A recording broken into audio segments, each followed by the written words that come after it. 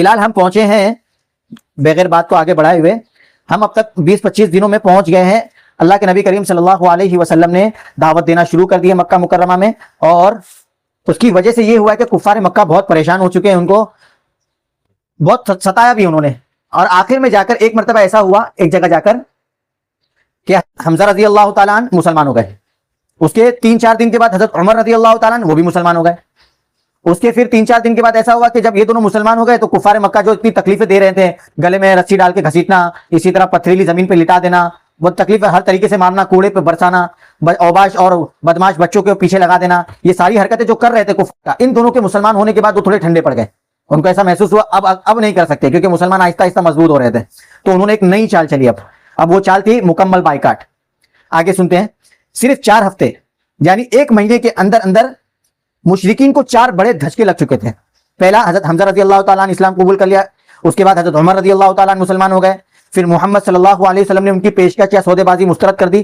مطلب یہ ہوا تھا، آپ کو بتا دوں ساتھ میں، کہ پچھلے دنوں مطلب یہ جب حضرت حمزہ اور حضرت ابو ہریرہ حضرت عمر رضی اللہ تعالیٰ عنہ اسلام لے آئے، تو اس کے بعد کفار مکہ نے دیکھا کہ آہستہ آہستہ مسلمان جو ہے طاقتور ہو رہے، تو کیا کیا جائے، عتبہ بن ربیعہ ایک شخص ہے، ان کو حضور صلی اللہ علیہ وسلم کے پاس بھیجا، اور اتنی زبردست صلاحیت تھی، مطلب اتنی اچھی پیشکش رکھی انہوں نے کہ اگر وہ نبی نہیں ہوتے تو اس پیشکش کو مان ہی لیا جاتا۔ انہوں نے کیا پیشکش رکھی، انہوں نے پیشکش کری کہ آپ اگر بادشاہ بننا چاہتے ہیں تو ہم آپ کو بادشاہ بنانے کو تیار ہیں، آپ سے بغیر پوچھے ہم کوئی فیصلہ ہی نہیں کریں گے، آپ کو اگر مال چاہیے تو ہم ساری دولت ہماری جمع کر کے آپ کو دے دیتے ہیں، آپ کو جو چیز چاہیے، اگر آپ کو لڑکی چاہیے تو بتائیے کون سی لڑکی چاہیے، ہم آپ کا نکاح کرا دیتے ہیں۔ یہ ساری باتیں انہوں نے کی پیشکش کی، اللہ کے نبی نے مسترد کر دی۔ تو یہ تیسری بات وہی بتا رہے مسترد کرنے کا۔ پھر قبیلہ بنو ہاشم اور بنو مطلب کے سارے ہی مسلم و کافر، مسلمان و کافر 2 قبیلے والے ایسے تھے کہ مسلمان تھے کافر، سب نے ایک ہو کر نبی کریم صلی اللہ علیہ وسلم کی حفاظت کا عہد و پیمان کر لیا۔ اس سے مشرکین چکرا گئے، انہیں چکرانا بھی چاہیے تھا، کیونکہ ان کی سمجھ میں آ گیا کہ اگر انہوں نے نبی کریم صلی اللہ علیہ وسلم کے قتل کا اقدام کیا، مطلب کوشش کی، تو آپ صلی اللہ علیہ وسلم کی حفاظت میں مکہ کی وادی مشرکین کے خون سے لالا زار ہو جائے گی، بلکہ ممکن ہے کہ ان کا مکمل صفایا ہی ہو جائے کفار مکہ کا۔ اس لیے انہوں نے قتل کا منصوبہ چھوڑ کر ظلم کی ایک اور راہ تجویز کی جو ان کی اب تک کی تمام ظالمانہ کارروائیوں سے زیادہ سنگین تھی۔ ظلم و ستم کا پیمان کیا تھا، دیکھو، اس تجویز کے مطابق مشرکین وادی محسب بن میں خیف بنی کنانہ کے اندر جمع ہوئے، ایک غار میں جمع ہوئے، بیت اللہ سے باہر۔ عام طور سے ایسا ہوتا تھا کفار مکہ کا کہ ان کو کوئی مشورہ کرنا ہوتا تو بیت اللہ میں حرم میں آ کر مشورہ کرتے، لیکن یہ خفیہ مشورہ چل رہا ہے ان کا، دیکھ رہے ہیں، خیف بنی کنانہ میں جا کے لوگ مشورہ کر رہے ہیں کہ کیا کیا جائے ان 2 قبیلوں کے ساتھ جن لوگوں نے اللہ کے نبی کریم صلی اللہ علیہ وسلم کی حفاظت کا ٹھیکہ لے لیا ہے، چاہے وہ مسلمان ہو چاہے کافر، دونوں کا پورا قبیلہ جو ہے وہ اس بات پر عہد و پیمان کر لیا اس نے۔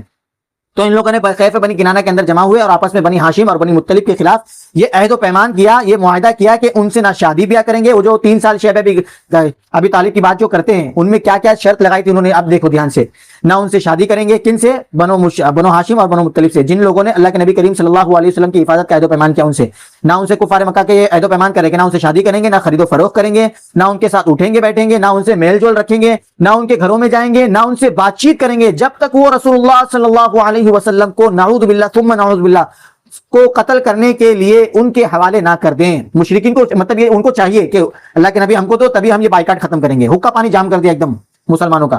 مشرکین نے اس بائیکاٹ کے دستاویز کے طور پر ایک صحیفہ لکھا، مطلب ایک پورا پرچہ لکھا، انہوں نے ایگریمنٹ بنایا، پورا ایک ایگریمنٹ بنایا، اور اس میں ساری باتیں لکھی کہ بھائی ہم میل جول نہیں رکھیں گے، گھروں میں نہیں جائیں گے، شادی نہیں کریں گے، بات چیت نہیں کریں گے، اور اسے لین دین نہیں کریں گے، کچھ نہیں کریں گے۔ اس کے بعد عہد و پیمان کیا گیا تھا وہ بنی ہاشم کی طرف سے کبھی بھی کسی صلح کی پیشکش کو قبول نہ کریں گے، نہ ان کے ساتھ کسی طرح کی مروت برتیں گے جب تک وہ رسول اللہ صلی اللہ علیہ وسلم قتل کرنے کے لیے مشرکین کے حوالے نہیں کر دیتے، تب تک۔ دیکھ رہے اللہ اکبر، اتنا مطلب کہاں تک پہنچ گئے تھے وہ لوگ۔ ابن قیم رحمۃ اللہ علیہ، یہ ایک بڑے عالم صاحب گزرے ہیں 7ویں صدی ہجری میں، کہتے ہیں کہ کہا جاتا ہے کہ یہ صحیفہ مطلب یہ جو ایگریمنٹ جو ہے لکھنے والا کون تھا، منصور بن عکرمہ بن عامر بن ہاشم نے لکھا۔ بعض علماء کرام کہتے ہیں نہیں، نضر بن حارث نے لکھا، لیکن صحیح بات یہ ہے کہ لکھنے والا بغیض بن عامر بن ہاشم تھا۔ آپ صلی اللہ علیہ وسلم نے اس پر بددعا کی کہ اللہ اس کے ہاتھ شل کر دے، اس کے ہاتھ شل ہو جائے جس نے یہ ایگریمنٹ لکھا ہے۔ بہرحال یہ عہد و پیمان طے پا گیا اور صحیفہ بیت اللہ خانہ کعبہ کے اندر لٹکا دیا گیا، بھائی یہ ہمارا قانون ہے، جو مانے گا وہ ہمارے ساتھ رہے گا، جو نہیں مانے گا وہ جائے شیب ابی طالب میں، مسلمانوں کے ساتھ وہیں رہے، ہمارا حقہ پانی ہم بند کر دے اس کا بھی، جو نہیں مانے گا۔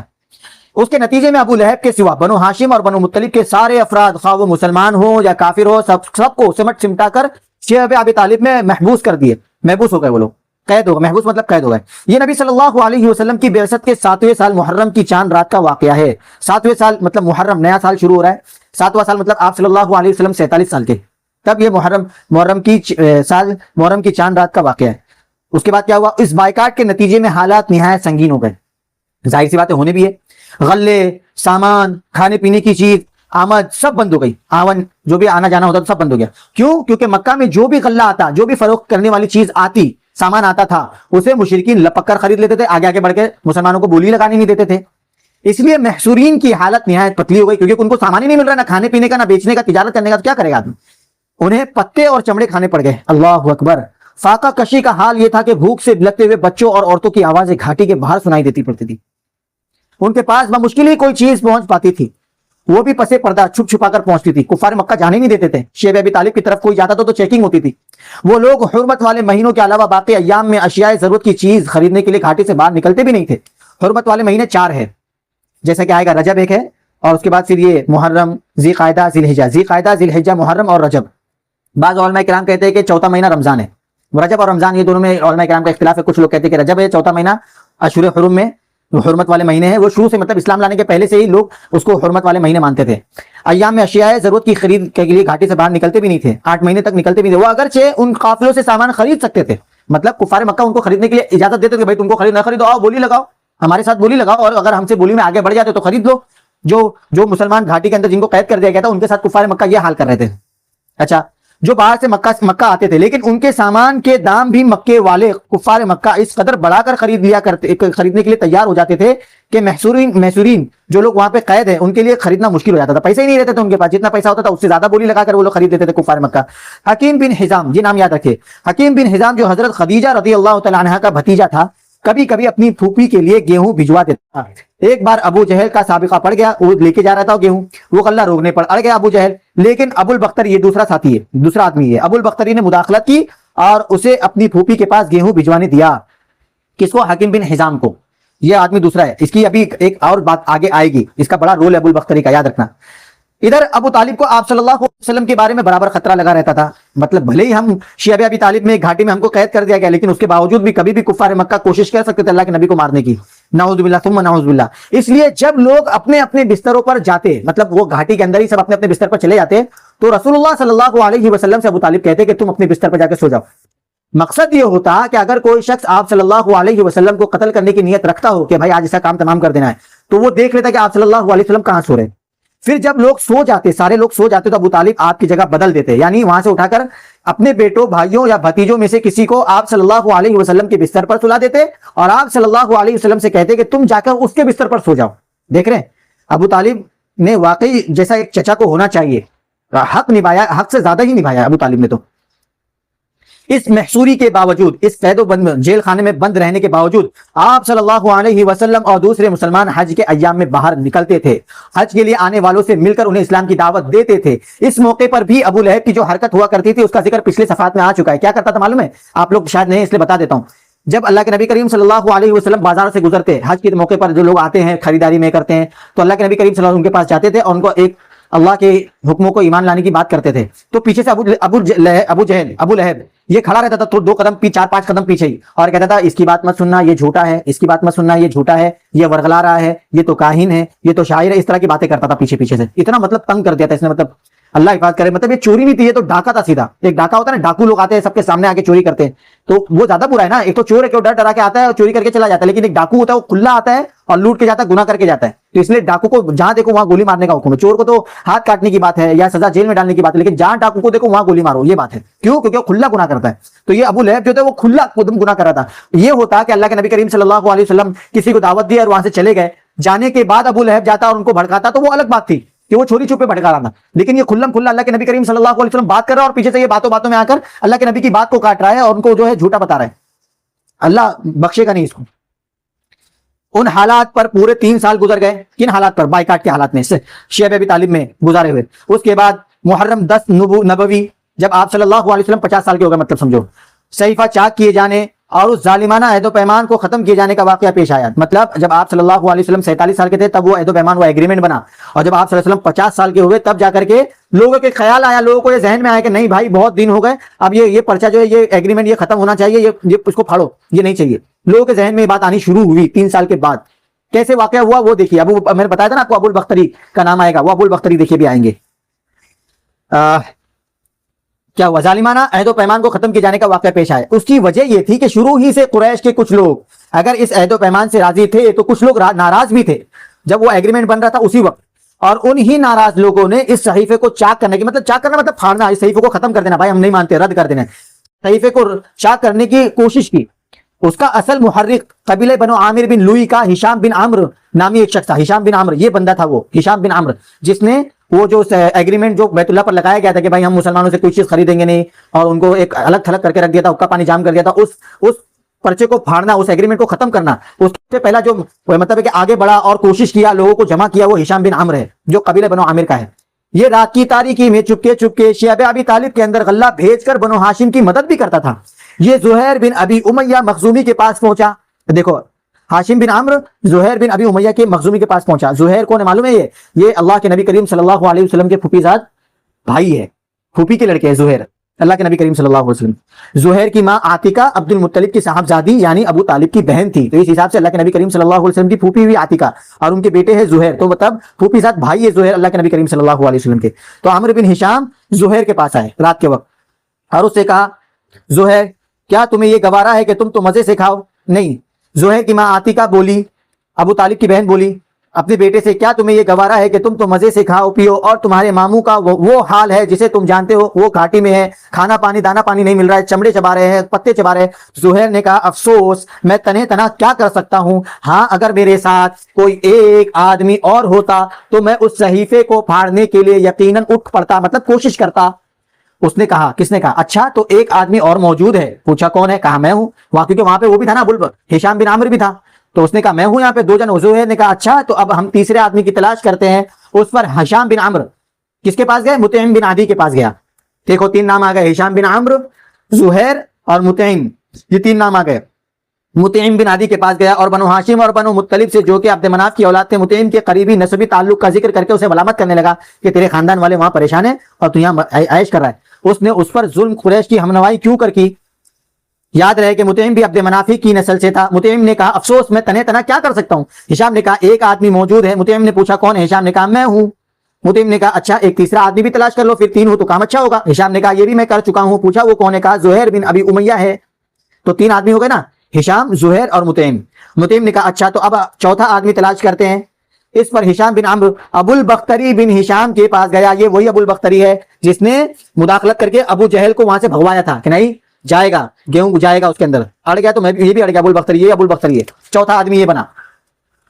ہاں کہاں گئے؟ ابو البختری بن ہشام کے پاس گیا اور اس سے بھی اسی طرح کی گفتگو کی جیسے مطعم سے کی تھی. اس نے کہا بھلا کوئی اس کی تائید بھی کرنے والا ہے؟ مطلب جو تم بات میرے سامنے لے کر آئے ہو، جو پیشکش کر رہے ہو کہ وہ ایگریمنٹ کو پھاڑ دیا جائے، تو کوئی اور بھی ہے کہ صرف ہم دو ہی ہے؟ ہشام نے کہا ہاں اور بھی ہے. پوچھا کون ہے؟ کہا زہیر بن ابی امیہ ہے، مطعم بن عدی ہے اور میں ہوں، مطلب ہم 3 ہیں اور آپ چوتھے ہو گئے. اس نے کہا اچھا تو اب 5 آدمی ڈھونڈ لیتے ہیں. 5 آدمی کرنے کے چکر میں تھے لوگ. اس کے لیے ہشام زمعہ بن اسود بن مطلب بن اسد کے پاس گیا. زمعہ بن اسود سے یاد رکھو بس، اور اس سے گفتگو کرتے ہوئے بنو ہاشم کی قرابت اور اس کے حقوق یاد دلائے. اس نے کہا بھلا جس کام کے لیے مجھے بلا رہے ہو اس سے کوئی اور بھی متفق ہے؟ یہ بھی وہی سوال، کیونکہ سب کو ڈر ہے نا کہ میں سنگل ہوں بھائی، اکیلا کیا کر سکتا ہے آدمی. ہشام نے اس بات میں ہاں میں سے جواب دیا اور اس کے نام بتلائے، ان کے سب کے نام بتلائے کہ بھائی دیکھو ہشام ہے، میں ہوں، مطعم ہے، زہیر ہے، ابو البختری ہے اور تم ہو. ٹھیک. اس نے کہا بھلا جس کام کے لیے مجھے بلا رہے ہو اس سے اور بھی کوئی متفق ہے؟ ہشام نے ہاں میں سر اس بات میں جواب دیا اور سب کے نام بتلائے. اس کے بعد ان لوگوں نے حجون کے پاس جمع ہو کر آپس میں عہد و پیمان کیا. حجون یہ ایک جگہ ہے، وہاں جا چھپ چھپا کر، مطلب بیت اللہ، بتایا تھا نا آپ کو کہ کچھ بھی اگر ان کو کام کرانا ہو، کوئی مشورہ کرنا ہو تو بیت اللہ میں یہ حتیم میں آ کر کے لوگ مشورہ کرتے تھے. لیکن کہیں اور مشورہ کرنے کا مطلب یہ ہوتا ہے کہ کوئی خفیہ پلاننگ چل رہی، تو یہ لوگ آ کر حجون ایک جگہ ہے وہاں جا کر کے ان لوگوں نے آپس میں جمع ہو کر عہد و پیمان کیا کہ بھائی صحیفہ تو چاک کرنا ہے. زہیر نے کہا میں ابتدا کروں گا. زہیر کون ہے؟ یہ اللہ کے نبی کریم صلی اللہ علیہ وسلم کے پھوپھی زاد بھائی ہے. زہیر نے کہا میں ابتدا کروں گا، یعنی سب سے پہلے میں ہی زبان کھولوں گا سب کے سامنے کہ بھائی میں نہیں مانتا اس ایگریمنٹ کو، بس بہت ہو گیا 3 سال. صبح ہوئی تو سب لوگ حسب معمول اپنی اپنی محفل بیت اللہ کے پاس سب اپنا اپنا ٹھیا بنا کے رکھے ہوئے تھے، جگہ بنا کے رکھے تھے. ابو لہب بیٹا سب اپنے اپنے لوگوں کو لے کے بیٹھے رہتے تھے. اچھا خیر بھی ایک جوڑا زیب تن کیے ہوئے بہترین کپڑا پہن کے پہنچا بیت اللہ. پہلے بیت اللہ کے 7 چکر لگائے، 7 چکر لگانے کے بعد پھر لوگوں سے مخاطب ہو کر بولا مکے والو کیا ہم کھانا کھائیں، کپڑے پہنے اور بنو ہاشم تباہ و برباد ہو، ان کے ہاتھ کچھ بیچا جائے نہ ان سے کچھ خریدا جائے، خدا کی قسم میں بیٹھ نہیں سکتا یہاں تک کہ اس ظالمانہ اور قرابت شکن صحیفے کو چاک نہ کر دوں، ایگریمنٹ کو پھاڑ نہ ڈالوں، تب تک میں سکون سے نہیں بیٹھوں گا۔ وہاں ابو جہل بیٹھا ہوا تھا، خبیث کہیں کا ابو جہل، جو مسجد حرام کے کونے کنارے بیٹھا تھا، موجود تھا، بولا تم غلط کہتے ہو زہیر، خدا کی قسم اسے پھاڑا نہیں جا سکتا اس ایگریمنٹ کو۔ 3 سال گزر گئے، ابھی تک دل پسیجا نہیں ان کا، دیکھ رہے ہیں کفار مکہ کو۔ اس پر زمعہ بن اسود نے کہا بخدا تم زیادہ غلط کہتے ہو ابو جہل، جب یہ صحیفہ لکھا گیا تھا تب بھی ہم اس سے راضی نہیں تھے۔ اس پر ابو البختری وہ آ گئے اور گرہ لگائی کہ مطلب بات پر بات طاقت دی۔ زمعہ ٹھیک کہہ رہا ہے بھائی، اس میں جو کچھ لکھا گیا ہے اس سے ہم راضی نہیں تھے اور ہم اس کو ماننے کو تیار بھی نہیں ہے۔ اس کے بعد مطعم بن عدی نے کہا، یہ بھی آ کر اس کے باتوں میں ہاں ملا ہے، تم دونوں بھی ٹھیک کہہ رہے ہو بھائی، اور جو اس کے خلاف کہتا ہے وہ غلط کہتا ہے، ہم اس صحیفے سے اور اس میں جو کچھ لکھا ہوا ہے اس سے اللہ کے حضور برات کا اظہار کرتے ہیں، ہم نہیں مانتے بھائی اس ایگریمنٹ کو۔ پھر ہشام بن عامر نے بھی اسی طرح کی بات کہی۔ ہشام بن عامر وہی بندہ ہے جو سب کو جمع کیا جس نے۔ یہ ماجرا دیکھ کر ابو جہل فوراً سمجھ گیا، کہا او ہو یہ بات رات میں طے ہو کی گئی تھی اور اس کا مشورہ یہاں کے بجائے بیت اللہ حرم حتیم کے بجائے تم نے کہیں اور کیا ہے۔